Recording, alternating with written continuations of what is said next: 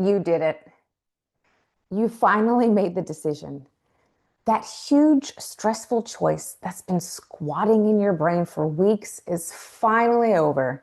You sent the email, you booked the non-refundable flight, you bought the thing. You're supposed to feel relieved, right? Like a weight has been lifted, but instead, your brain quietly opens a new tab and a whole new round of worry begins.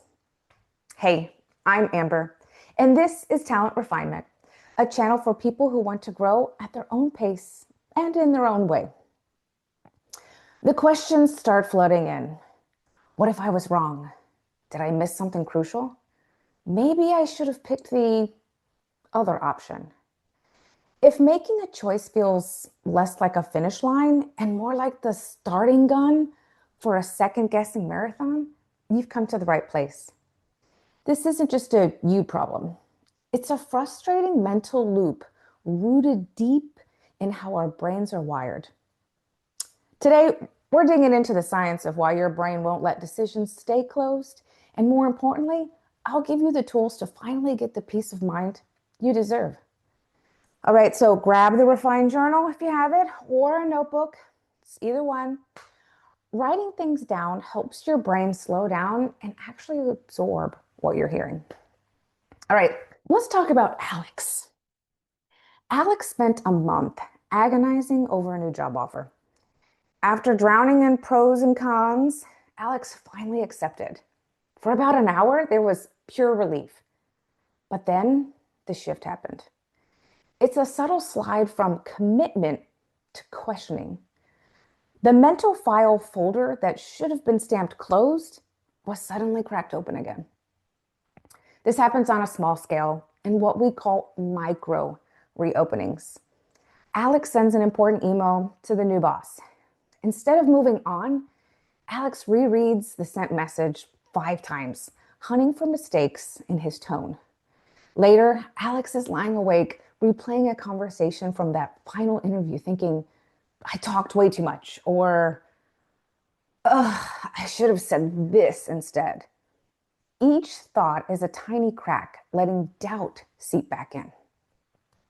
And it happens on a huge scale, the macro reopenings. A week into the new job, Alex hits a minor snag. Immediately, the brain serves up a worst case scenario. This is proof I chose wrong.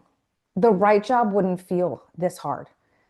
Alex starts browsing job boards again, just to look, or starts romanticizing the job that he turned down, creating a fantasy highlight reel of the path not taken. In both cases, the decision is no longer a settled fact. It's an open question that Alex keeps picking at, preventing it from ever feeling settled. The piece that was supposed to come with the choice never shows up. Instead, the decision becomes a constant, nagging source of worry. So, what's driving this frustrating loop? Most of us think of perfectionism as what stops you from making a decision in the first place. Classic analysis paralysis. But Alex is he's dealing kind of with a sneakier version. It's that post-decision perfectionism. The decision gets made, but the perfectionist's work is never done. This comes from a mental clash called post-decision dissonance. I know, fancy word, right? It's that deep, nagging discomfort you feel after you make a choice, especially when there were, other attractive options. Your brain's a neat freak for consistency.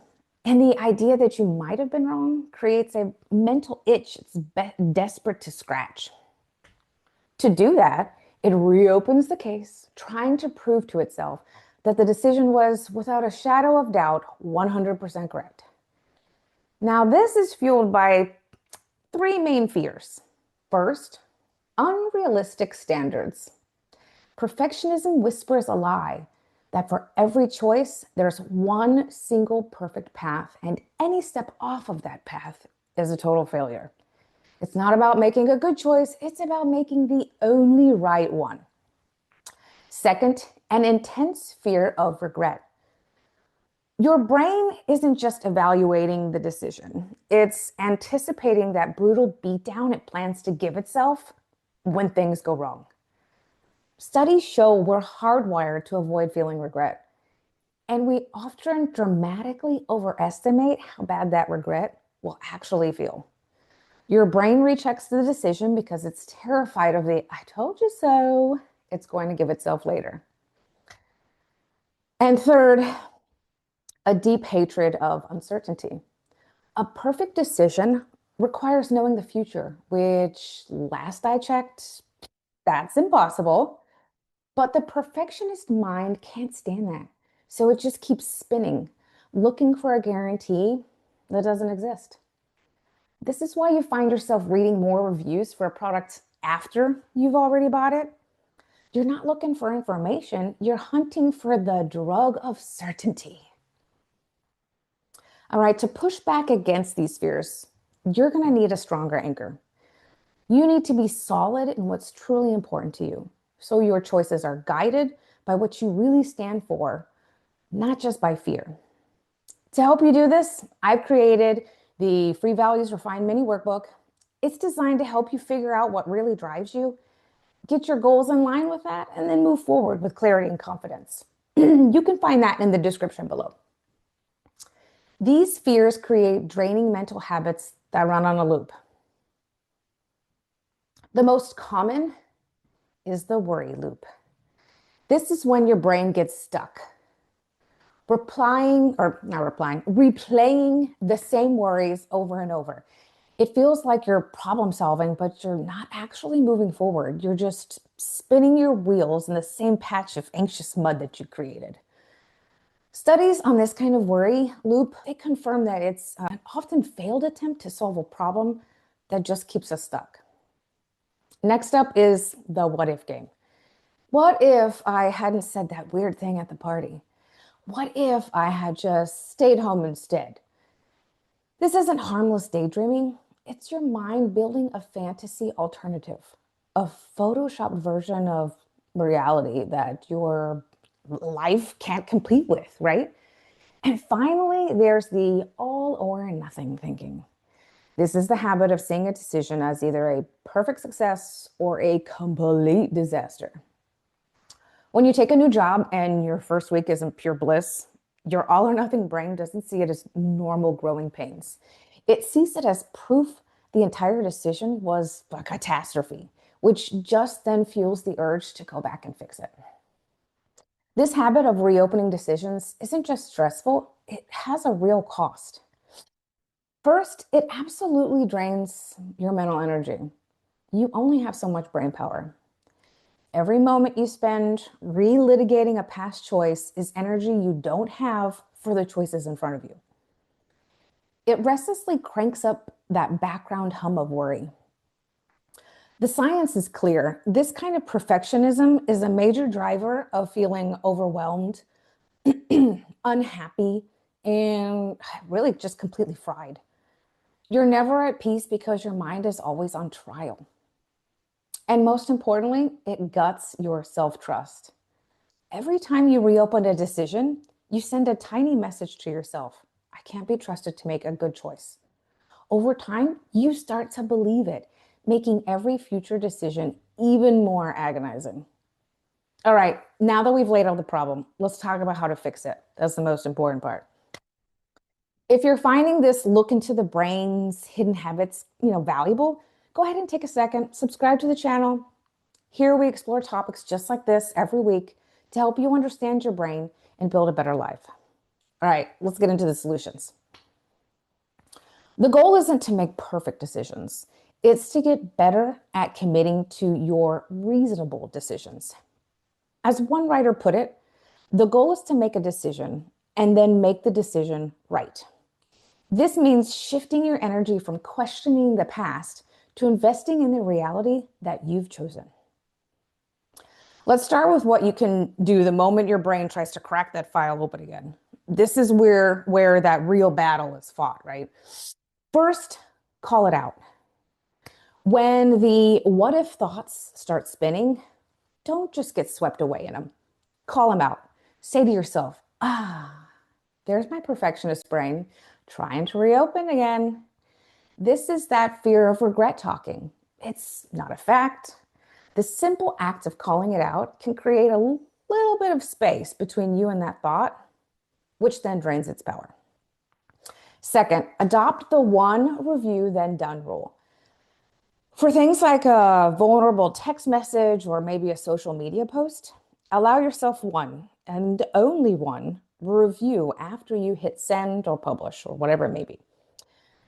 But the purpose is specific. You're not only looking for lessons, I'm sorry, you're only looking for lessons to learn for next time.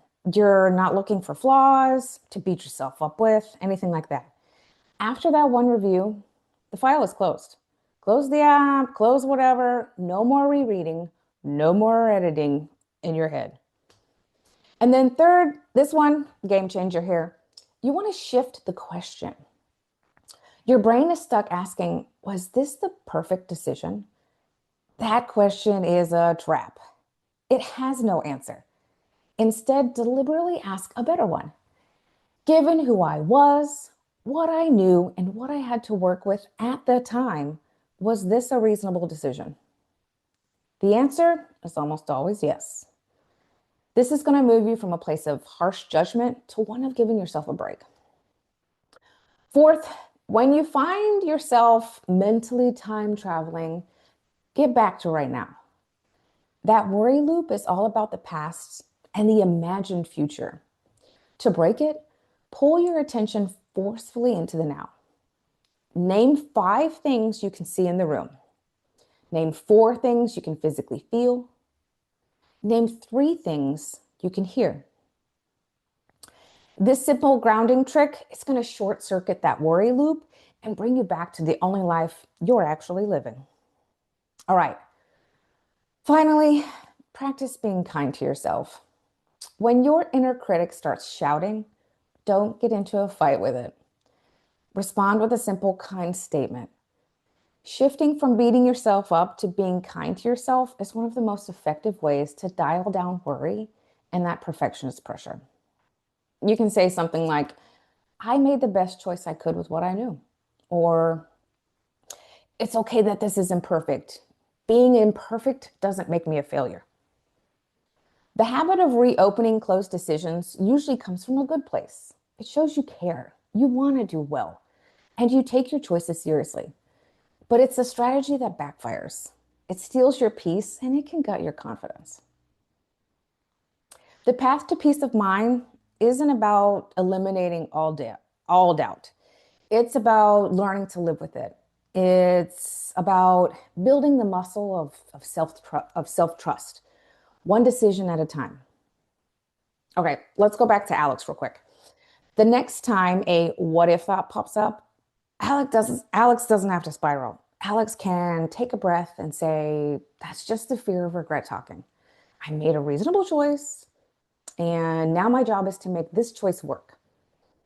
Alex can then focus on the next task, focusing on what's right in front of him.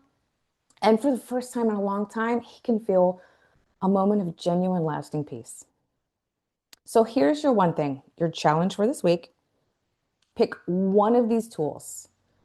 I suggest starting with the one review then done rule. It's pretty simple. The next time you send a text, maybe an email, whatever it may be, a conversation piece, anything that gives you this kind of like pang of worry, give it one quick scan for learning and then consciously declare it's done. Close the app, all those things, done. Move on. It's a small act of rebellion against perfectionism, and it's a really powerful step towards reclaiming your peace of mind. All right, if this felt familiar to you, please give it a like and subscribe for more on the psychology of a better life. And, if this is a deeper pattern for you, if you're tired of overthinking every decision, questioning their worth, and it's holding you back even more than you know that you're capable of, I went ahead and I built something. It's a bit more comprehensive. It's called Silence the Imposter, a 21-day confidence reset. If doubt keeps showing up before confidence does, this program is going to help you reset that. I'll put the link for that in the description as well. And finally, very genuinely curious, can't talk today, drop a comment below. Which decision does your brain love to reopen the most? Sharing it can be the first step to finally closing the case for good. Thanks for watching, and as always, reflect deeply, grow boldly, and refine endlessly.